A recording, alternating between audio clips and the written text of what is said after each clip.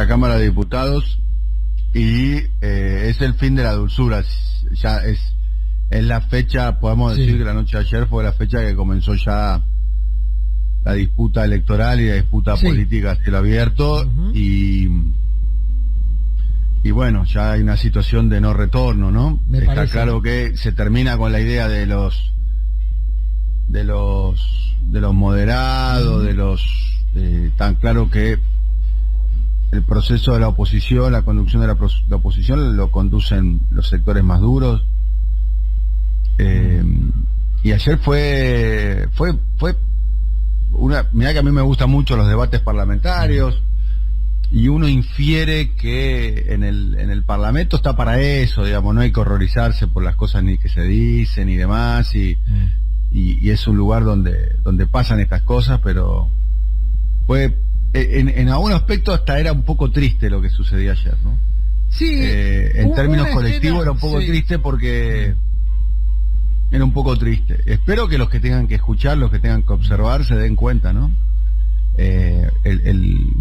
Lo que hicieron ayer los diputados de la oposición, realmente con la idea de romper o dañar un instrumento institucional como es la Cámara de Diputados, ¿no?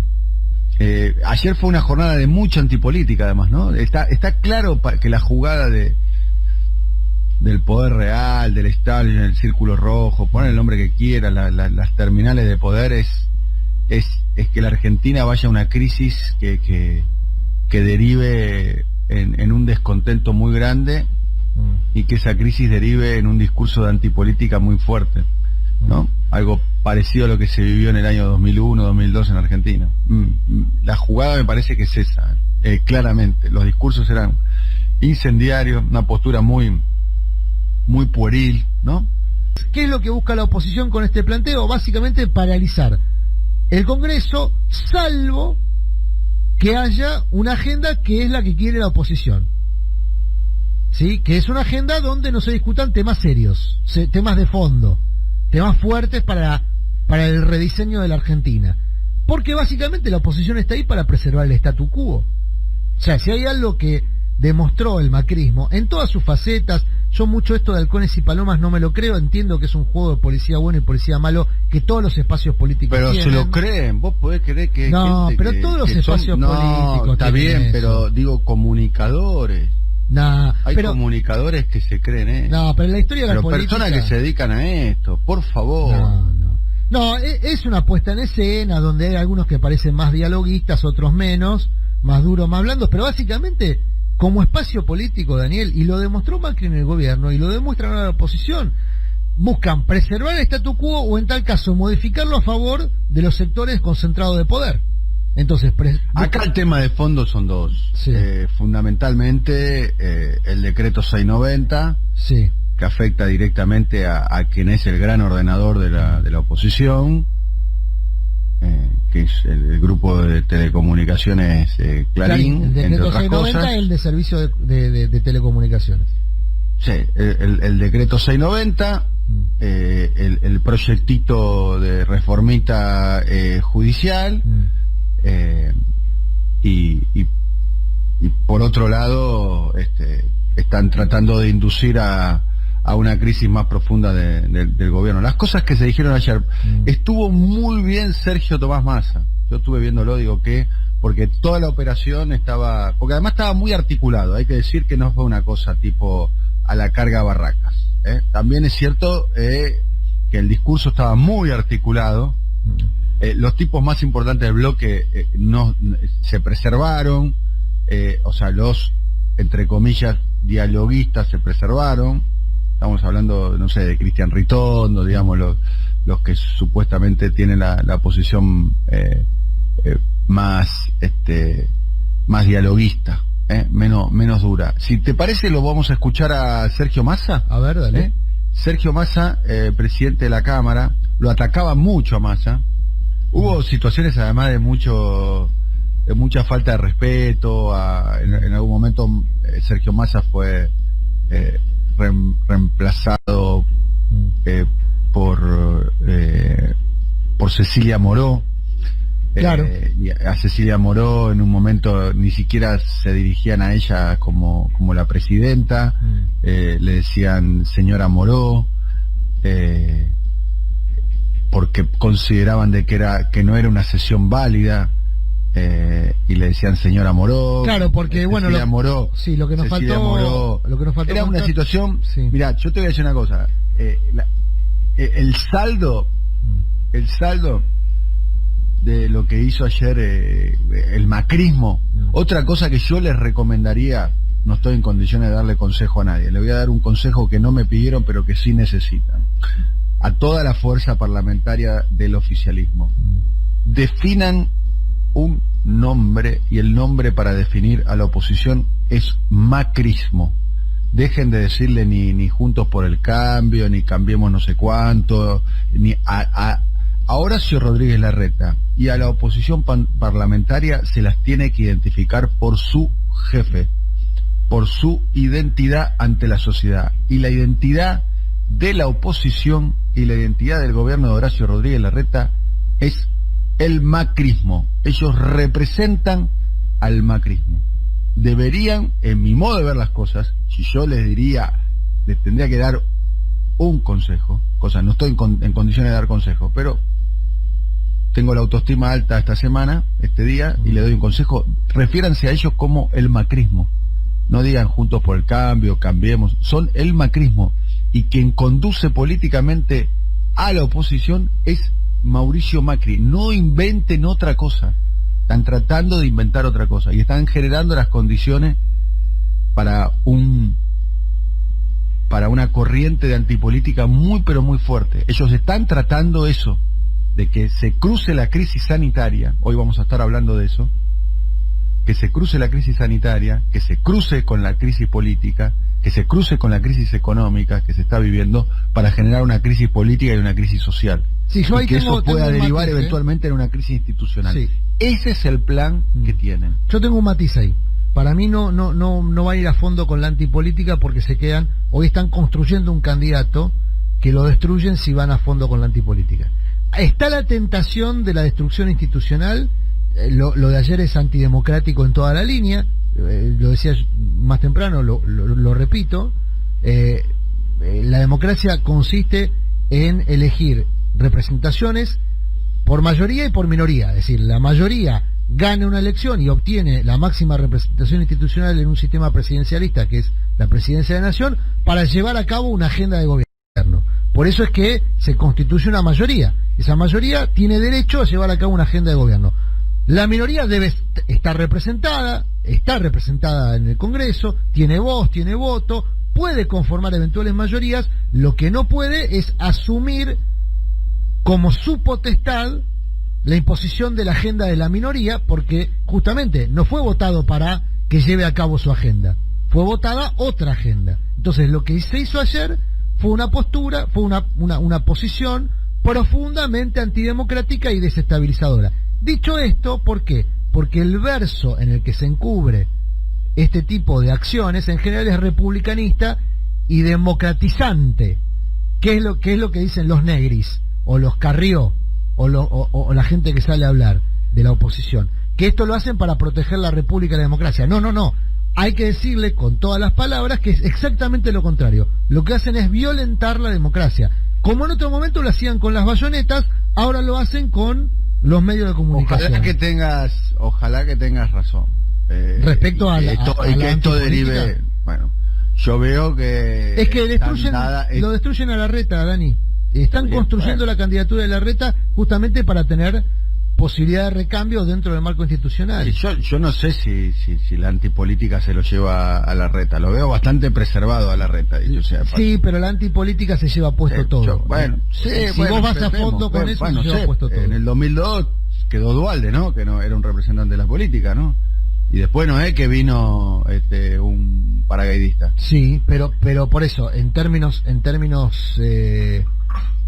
territoriales no tiene el mismo poder que hoy tiene que en ese momento tenía Duhalde sobre el principal partido de la Argentina, el principal partido de gobierno de la Argentina, que el que puede tener Larreta, que no es un partido de gobierno lo que tiene un gobierno municipal. un gobierno municipal. Vos seguís pensando que el macrismo es un gobierno municipal. No, la reta no tiene lo que tenía Duhalde en aquel momento. En mi opinión, estás caracterizando de un modo equivocado. No es la reta, en mi opinión, es el macrismo, que es una fuerza por eso. Donde confluye ahí todo el peronismo y pruebas al canto. Pruebas al canto, la última elección, después de haber hecho el desastre que hicieron con la Argentina, el peor gobierno de los próximos 50 años, van a pasar, en mi opinión, 50 años para que haya un gobierno tan malo, sacaron 40% de los votos. O sea, Perón, después de 18 años de exilio, sacó 62%, hubo 38%. Hay un antiperonismo muy furioso que lo va a acompañar a la reta. Bueno, estamos en el terreno de la especulación. Sí, claro. Sí, ese es el matiz. Yo creo que la reta, con toda la cobertura que tiene, podría resistir tranquilamente. Podría sobrevivir a la antipolítica, decís vos. Absolutamente. Y si nadie lo toca, la reta también. Puede ser. Sí. Bueno, estamos en el terreno de la especulación. Sí. Más allá de eso, bueno, podés tener razón vos. Puede ser. Tener razón. Lo que digo es, ayer era... Me imagino yo, si una persona que está teniendo dificultades para llegar a fin de mes, para sostener su empleo, problema de acceder al sistema sanitario, ve el espectáculo que se dio ayer en el Parlamento y hoy sale a la mañana un poco enojado. Suma una cuota más de enojo. Y me parece que el objetivo fue ese, me parece. ¿No? El objetivo final es generar condiciones para la antipolítica. Esto es lo que yo creo. Estoy en el terreno de la especulación, Puedo estar equivocado. No, puede ser. Mira, en el año 2001 jugaron, el Grupo Clarín jugó muy fuerte por la antipolítica. Recordá, por ejemplo, que hacían campaña por el kilómetro 501, hacían campaña por el voto bronca. Es decir, el desenlace del 2001 tuvo un desarrollo que fue esa campaña de Clarín muy fuerte. Clarín y todos sus medios satélites, que son todos los medios del sistema, ¿no? Claro, sí. Todos los medios del sistema. O los medios asociados a los poderes transnacionales, digamos, que son los que hoy están representados en el macrismo. A mí me parece muy bien tu propuesta de calificar a la oposición por quien ejerce el liderazgo de ese espacio. Cuenta, por lo menos lo que estaban contando en el día de ayer, que hubo una sesión de 8 horas, una reunión de 8 horas de labor parlamentaria. En la labor parlamentaria se reúne el presidente de la Cámara, Massa, con los presidentes de los bloques y se define el temario y demás. Y que estaban avanzando, le pasó muy parecido a lo que le pasó, a lo que relatan que le pasó a José Luis Rodríguez Zapatero cuando estaba negociando con el gobierno venezolano y la oposición. Que en un momento estaba avanzada la oposición, pero recibieron un llamado, se levantaron de la mesa y se terminó la negociación. Acá pasó exactamente lo mismo. Acá exactamente lo mismo. Acá hay que poner que el que conduce la oposición se llama Mauricio Macri. Bueno, me parece que Cristina y el kirchnerismo conduce la oposición Mauricio Macri. Tomó nota de eso. Mal le va a ir al gobierno si empieza a creer en los matices, todas esas cositas que existen, no digo que no existen los matices, claro. Pero el que conduce a Horacio Rodríguez Larreta es Mauricio Macri. Fue el jefe durante 20 años y va a seguir siendo el jefe durante todo el tiempo que Mauricio Macri quiera, a no ser que Rodríguez Larreta decida alguna vez ejercer la jefatura, enfrentarlo a Macri y ganarle a Macri. Si llega a pasar eso, el jefe va a ser Rodríguez Larreta, pero como todavía no vemos que pase eso, y no se vislumbra que pase eso, y el comportamiento de Rodríguez Larreta no es ese, entonces después tenemos que leer los editorialistas, los periodistas que dicen, no, esto porque acá, porque allá. No es así. Está claro que Rodríguez Larreta sabe que si se convierte en Macri no gana, por eso tiene que mimetizarse en otra cosa. En algo más light, más sensible, más abierto, más pluralista, más no sé qué, más no sé cuánto. Y está claro, después del desastre que dejó Macri, imagínate si el tipo dice, no, yo soy macrista puro, voy a seguir el camino de Mauricio. Y no gana. Vos sabés que, mira, cuando nosotros hablamos de esto en general... y los radicales, qué pena los radicales. Sí. Los radicales ya directamente están en una etapa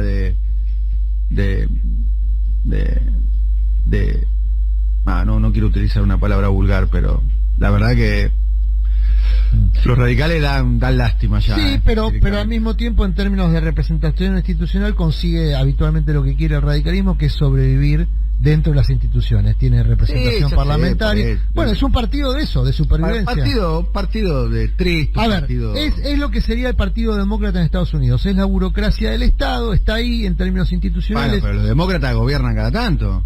Claro, bueno, está bien, pero viste que el Partido Demócrata es la burocracia del Estado. Puede haber un gobierno republicano, pero en las terceras líneas de la gestión siempre hay una mayoría demócrata. Y el radicalismo en algún momento aspiró a eso, obviamente no le salió en términos operativos, no es que vos tenés una mayoría de burócratas radicales en el Estado, pero sí los tenés en todas las instancias institucionales, tienen representación municipal, parlamentaria, tienen un par de gobernadores.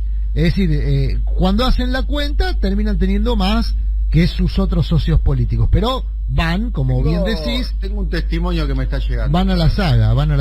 ¿Vos sabés que dice, buen día de lluvia. Sí.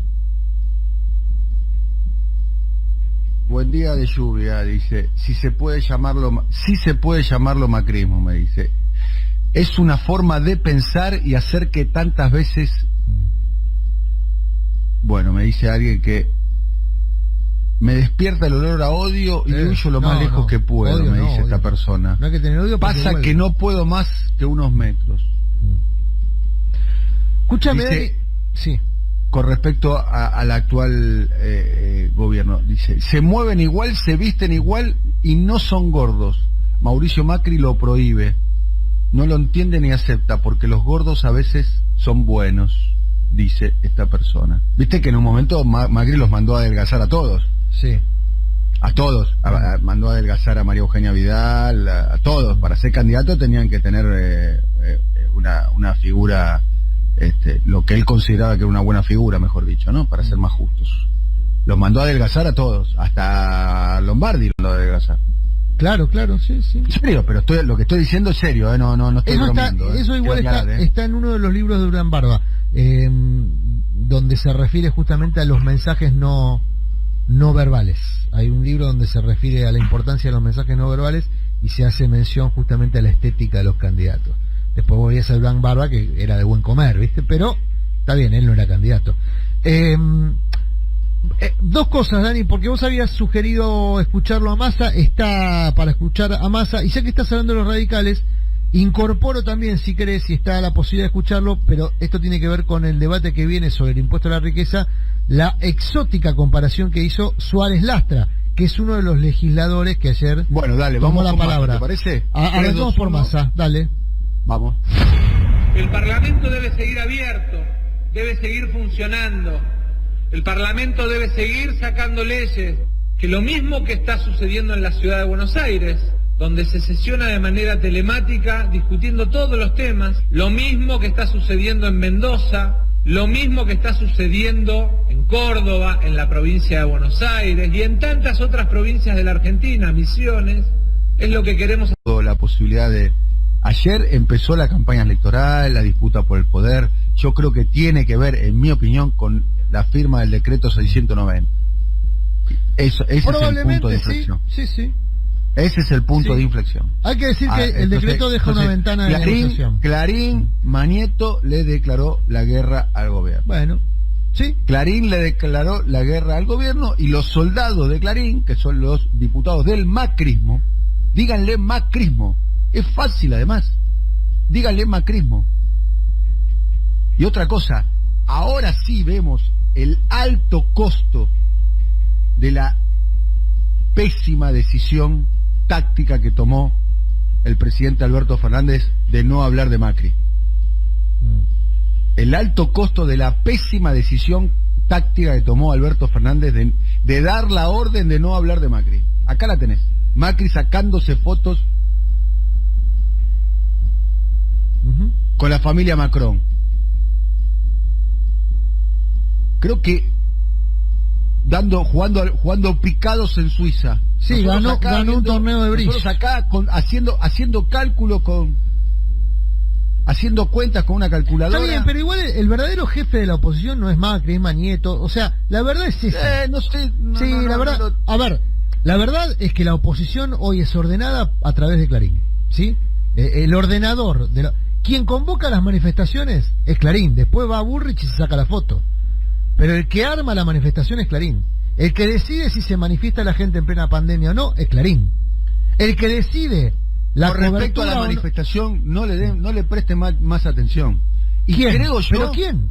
Dani, creo ¿pero yo, quién? ¿A quién le estás hablando con eso? Porque nosotros no le damos bola, pero que ¿quién? el gobierno la fuerza política que gobierna bueno. la Argentina, no digo el gobierno, debería pensar alguna forma de movilización. Debería pensar alguna forma de movilización. No lo puede sé hacer, no lo puede hacer No, porque no, estaría...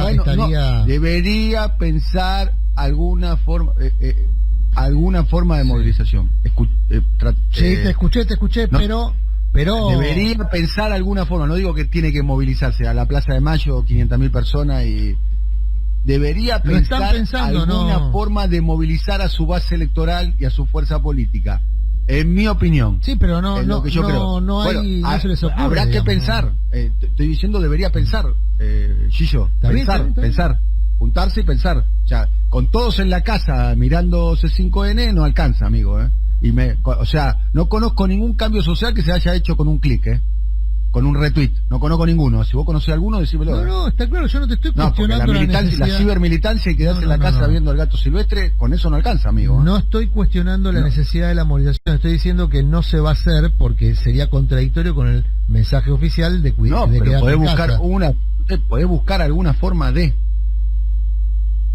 Sí, no se les está fácil. No aparece. Lo están pensando hace tiempo, desde la primera marcha que están pensando cómo salir a disputar la calle, porque no quiere, justamente el peronismo no quiere que quede la percepción de que la calle la ganó la derecha. Hasta hay cuestiones culturales, tradicionales, históricas, no solamente del presente. Pero lo cierto es que no hay forma, no se les ocurre, de hecho lo vinieron discutiendo, lo discutieron gremios también, asociaciones gremiales, cómo hacer para manifestarse de modo contundente sin violentar el aislamiento preventivo y obligatorio. Y la verdad es que se pensó en una caravana en un momento, por ejemplo, Hugo Moyano planteó que ellos estaban dispuestos a hacer una caravana encabezada por camiones. Imagínate la potencia de una caravana de esas características, y el gobierno le bajó el pulgar, dijo que no, que eso se iba a ver como un desafío a las personas que se habían manifestado y que iba a ahondar la grieta. Te digo lo que se habló en su momento y las propuestas que hubo en relación a lo que vos estás planteando, No es que no se habló. Digo, hay una decisión política de no avanzar en nada que se parezca a hacer lo mismo que lo que hace la oposición. Equivocada de no movilizar. Porque el 1 de marzo, cuando no estaba la pandemia, no estaba declarada la pandemia, el 1 de marzo, no el 24 cuando se iba a convocar por el recordatorio del golpe. El 1 de marzo, con la apertura de las sesiones extraordinarias del Congreso, la decisión de la fuerza política, voy más allá del gobierno, voy más allá de Alberto Fernández, la decisión de la fuerza política que gobierna la Argentina fue no movilizar. Eso sí, antes de la pandemia, sí. Antes de la pandemia, claro, fue no movilizar. Bueno, entonces el criterio del gobierno es, a ver, quédense en sus casas, yo resuelvo el quilombo, para decirlo a grosso modo, decirlo vulgarmente. Ustedes en sus casas, la política se resuelve en los pasillos. Sí, se resuelve en los escritorios, se resuelve en las mesas, se resuelve en los despachos, se resuelve en los asados con Bulgeroni, bueno, eso es la política para nosotros. Bueno, es un error, en mi opinión es un error. Y es un error porque la oposición está dispuesta a ocupar el espacio público. Claramente, dense cuenta de lo que está pasando con las derechas en el mundo. ¿Y sí? ¿Entendés? Si no te va a pasar lo de Dilma, que los anti-Dilma metían la oposición, la mediática y demás, te metía medio palo en la calle y el PT estaban todos en los cargos. Sí. ¿Cómo terminó eso? No, está claro que... ¿Y por qué no puede pasar eso en Argentina? No, como poder en Argentina puede pasar cualquier cosa, en la Argentina sí. Lo que está claro, la jornada de ayer fue el primer misil que tira el macrismo, que tira Clarín y el macrismo, que siguen en alianza, básicamente por dos proyectos. Uno es el decreto 690. El decreto 690 ahí le sacaron un ladrillo del Shenga bien abajo. Bien abajo. Eso fue una medida, a mi modo de ver, profunda, en serio. Y nosotros contamos acá información que no contó nadie. Que la guerra esta vez, igual que en la 125, la guerra la empieza Clarín, Pero la guerra nunca la abandonó Clarín. Ahí hubo un error de criterio considerar que Clarín había dado una tregua. ¿En qué momento dio una tregua Clarín? ¿En qué momento desde que ganó la elección, ni siquiera la elección, desde que Alberto Fernández fue candidato? Acá me pasa alguna información. ¿En qué momento, perdón, te pregunto en serio, lo saluda Eduardo Fabregat, que está acá presente también. Buenos días, ¿cómo les va? Junto a nosotros. ¿En qué momento consideran ustedes que Clarín hizo una tregua, no con el gobierno, con Alberto Fernández? No, Alberto Fernández lo trató bien. Alberto Fernández, sí, por eso yo dije, no con el gobierno. Lo trató bien. Con el Alberto Fernández, no hay tapas en contra de Alberto Fernández. Sí, pero no es el que tiene los votos. No hay una Alberto sola Fernández. tapa en contra. Pero no es el que tiene los votos, Daniel. Fernández. Pero Daniel, no es el que tiene los votos. ¿Cuándo abandonó Clarín? La guerra contra la base, sí, pero contra la base electoral, la guerra Clarín la mantuvo sin ningún doblez. Es más, lo que buscó hacer fue justamente erosionar a Alberto Fernández de su base electoral, porque sin su base electoral Alberto Fernández es sujeto de rápida cooptación. Y después ¿qué tiene? ¿Qué tiene la Alberto verdad Fernández? que no tiene otra palabra, si encuentran otra peor, díganme, la pésima política de comunicación del gobierno que le financia vía pauta a Clarín. Yo no digo que no haya que darle pauta a Clarín, de hecho hay que darle porque es un medio importante y tiene audiencia, no estoy diciendo que no le den pauta, aclaro, pero le financia vía pauta, le pone el ATP y los tipos juegan a desestabilizarte en un momento de pandemia y de crisis económica que ellos sostuvieron además. Bueno, pero ahí porque Clarín, esa es la diferencia. A ver, Clarín fue cómplice de todo, ¿Sí? Agarrá la tapa de Clarín, amiga. Sí. Agarren la tapa de Clarín el viernes previo a las PASO, diciendo gana Macri, los bonos van están volando por el aire como un cohete. A ver si podemos buscar la tapa del viernes antes de las PASO. Clarín es parte del problema, Clarín, No, es el problema. No es parte del problema. Bueno, es parte del problema. Por eso, entonces la caracterización que hizo el gobierno fue realmente de un amateurismo. O sea, vos le financiás vía pauta a Clarín, le pones el ATP, que no está mal tampoco, porque me parece que si vos tomás una medida de gobierno no tenés que discriminar a nadie, tampoco a Clarín. Le pones el ATP, o sea, todo el esfuerzo de la sociedad argentina para que Clarín siga teniendo sus empleados y que cobre y demás, lo cual no está mal, aclaro, esta es mi opinión. Pero además Clarín te juega a desestabilizar, o sea, te arma una marcha en plena pandemia. Cuando vos ya estás en Capital Federal, algo que nadie lo está contando.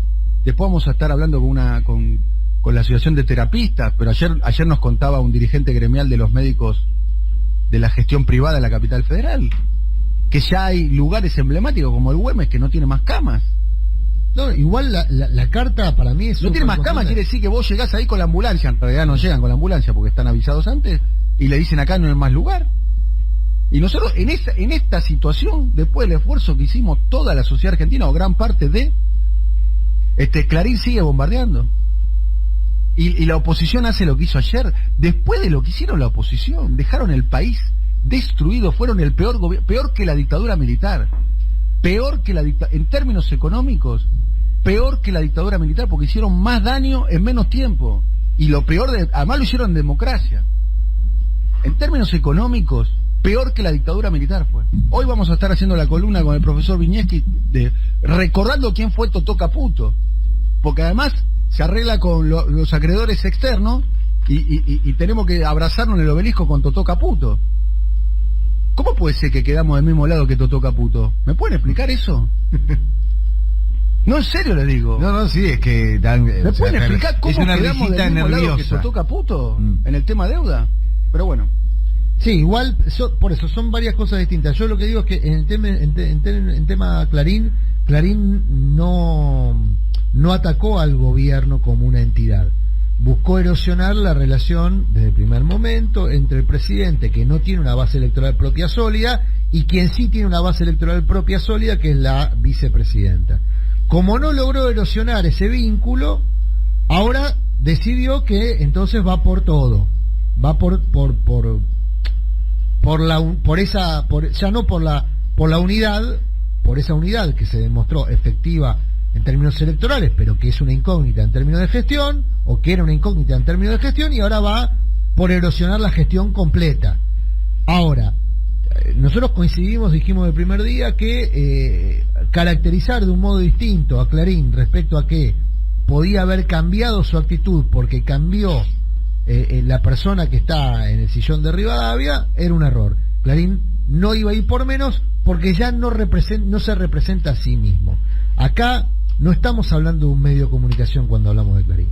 Hablamos de un sector que obtuvo por primera vez en la historia, a través de las urnas, la suma del poder público. Poder judicial, poder legislativo y poder ejecutivo. En otro momento, ese mismo sector social lo obtuvo a través de las bayonetas, a través de un golpe de Estado militar o cívico-militar. Por primera vez en la historia con Macri, el sector de poder en el que está Clarín y al cual lidera Clarín con otros 2 o 3 individuos, Mañeto con otros 2 o 3 individuos, por primera vez en la historia con Macri lograron la suma del poder público. ¿Con qué objetivo? Bueno, mirá, se llevaron casi 45.000, 50.000 millones de dólares de una deuda que todavía ni siquiera se resolvió. Estaría bueno volver a poner lo que dijo el presidente durante el debate presidencial, si lo podemos poner, por favor, Juan, Silvio, si lo podemos juntar, porque lo que tiene que ver también tiene que ver con esto, ¿no? También es cierto que los delitos económicos de cuello blanco que hizo el macrismo durante sus 4 años quedaron absolutamente impunes. Y pero obvio, pues si no tenés que avanzar impunes contra los beneficiarios. Impunes, que son los peores delitos. Pero tenés que avanzar contra los beneficiarios. Después los medios y los periodistas se horrorizan porque una familia o una persona toma una tierra para construirse un rancho, o una casa, o una casilla. Ahí nos horrorizamos. Pero los 10, Macri y sus 10 amigos, ¿no? Hoy vamos a contar la historia de Totó Caputo. Pues ya es historia además, porque ya Totó Caputo es como un hecho que ocurrió hace 30 años, 40 años. Nadie habla de Totó Caputo, nadie habla del macrismo, nadie habla de Milagro Sala. Se olvidaron de Milagro Sala también. ¿No se dieron cuenta de eso? Milagro Sala sigue presa. ¿No se dieron cuenta de eso? Que los mismos tipos que hacían campaña con Milagro Sala hoy están en el gobierno y se olvidaron de Milagro Sala. Hombres y mujeres. ¿No se dieron cuenta de que nadie habla de Milagro Sala o es algo que me di cuenta yo solo? Está para escuchar, vos habías pedido recién, Dani, la voz de Alberto Fernández en el debate presidencial. Bueno, dale, vamos a escucharla y después tenemos otro testimonio de lo que ocurrió ayer en la Cámara de Diputados. Adelante. Yo no sé en qué país vive Macri, francamente lo digo. Presidente, por ahí no se enteró, pero de los 39.000 millones de dólares que nos dio el fondo, se fugaron 30.000. Se lo llevaron sus amigos, presidente. Y algún día le va a tener que explicar a la Argentina dónde se fueron esos dólares. Esos dólares no están en puentes ni en viviendas. Se lo llevaron sus amigos, presidente. Esa es la única verdad. Bueno, clarísimo, claro, ¿no? Bien, estaría bueno que ese algún día que dice Alberto Fernández, el entonces candidato, sea bajo la presidencia de Alberto Fernández, ¿no? Que él pareciera ser que fue como una promesa de campaña. Quizás se refería algún día, pero no se refería a su presidencia. No lo sabemos. Me llama la atención de que en las tantas entrevistas que le hacen al presidente de la Nación, nadie le pregunte sobre esto. Que fue el punto más alto del debate presidencial, ¿no? Fue el punto más alto. Donde donde el entonces candidato Alberto Fernández lo apuntó al entonces presidente Mauricio Macri por la fuga de capitales. Pero ahí sí yo creo, y no estoy ironizando, ahí sí creo que no da la relación de fuerzas, Daniel. Porque vos porque vos para investigar esos 30.000 millones de dólares de fuga tenés que investigar a los beneficiarios.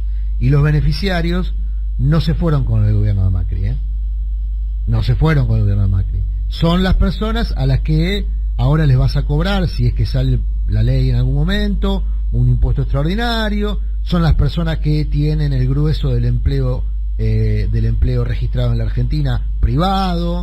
O sea, son las personas con las que la tentación y la obligación en algún punto por la relación de fuerzas es negociar, no es confrontar de manera terminal, digamos, porque una investigación rigurosa. ¿Me dejas un comentario esperanzador a futuro? A ver. Lo digo, Eduardo, Gillo, a todos los oyentes. Voy a decir la parte esperanzadora de lo que vi ayer. A ver, por lo menos, la percepción que tengo yo la comparto con ustedes. Y lo digo sinceramente, ¿eh? Si el gobierno acierta en la reactivación económica,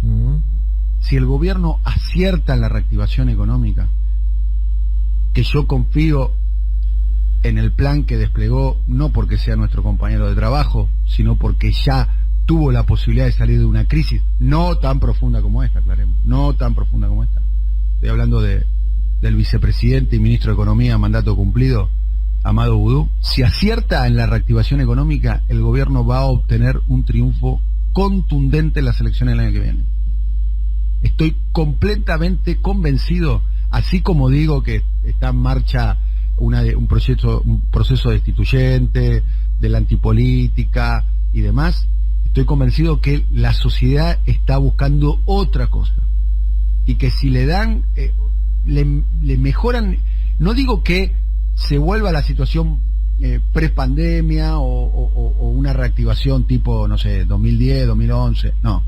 Pero si está la perspectiva de mejora, le mejoran la realidad y la perspectiva de que va a mejorar, yo creo que la sociedad va a acompañar muy fuertemente a este gobierno. Es un deseo, por un lado, claramente, les aclaro, pero también es un análisis que hago, porque no creo que la sociedad acompañe posturas tan cerriles, tan conservadoras, tan destructivas como la postura que tuvo ayer Juntos por el Cambio. Los discursos, no sé si tuvieron la oportunidad de escucharlos, los discursos de una precariedad conceptual, de una vaguedad semántica enormes, las cosas que decían, cómo se articulaban las ideas, menos que en serio le digo, no parecían representantes de partidos políticos centenarios, parecían panelistas de televisión, ni siquiera panelistas de televisión. Por ejemplo, los panelistas de televisión tienen la obligación, eso lo viví porque trabajé con ellos, tienen la obligación hasta de ser entretenidos, como mínimo. Era menos que un panelista de televisión, unos discursos muy vulgares, con una pereza intelectual enorme, lo que vi ayer. Pero aún así, esto es un deseo, pero también un poco de análisis. Si el gobierno reactiva fuertemente la economía, con lo que tiene que hacer, congelar tarifas para dar previsibilidad, hacer crédito al capital de trabajo, crédito al consumo con ahora 12, con ahora 18, aumentar las jubilaciones en serio, no esos aumentitos, viste, de medio puntito por la inflación, aumentar las jubilaciones en serio, aumentar los salarios mínimos en serio, le puede ir muy bien. Bueno, se supone que al haber despejado el panorama de la deuda, se busca justamente tener recursos para eso. Daniel.